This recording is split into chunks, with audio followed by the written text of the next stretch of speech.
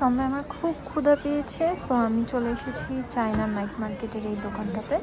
এখানে পরোটা পাওয়া যায়। আমি একটা হোয়াইট পরোটা অর্ডার দিয়েছি আর সাথে এই চিকেন ব্রেস্ট পিস। এখানে কিছু আইটেম রয়েছে যেগুলো চিকেনের পরোটার সাথে খাওয়ার জন্য। সো আমি চিকেনের আইটেমগুলো দেখাচ্ছি, যেমন এই যে রেড সসেস অ্যান্ড বাকি আইটেমগুলো চিকেনের, বাট এখানে যেটা রেড সসেস ওই পাশে ঠিক এটা হচ্ছে পর্কের, পাশেরটাও পর্ক। সো এই তো পরোটা ভাজা হচ্ছে, এর সাথে ডিম অ্যাড করবেন উনি, আপনি যদি দেখেন ডিম দিয়েছে। সো পরোটার সাথে একটা ডিম নাও, সে একটা ভেজিস দিচ্ছে, এটা বলে দিচ্ছে স্টিল ফ্রাই।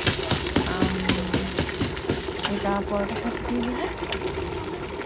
এখানে আরেকটা পরোটা পাওয়া যায়, ঠিক এটা আমি যাইনি, কিন্তু এটা কখনো খাই। তো আমার মাংসটা হয়ে গিয়েছে, যেটা আমি দিয়েছি তাকে। তো সে এখন একটা পিস করে দিচ্ছে আমার জন্য। এখন সে কিছু সসেস অ্যাড করবে।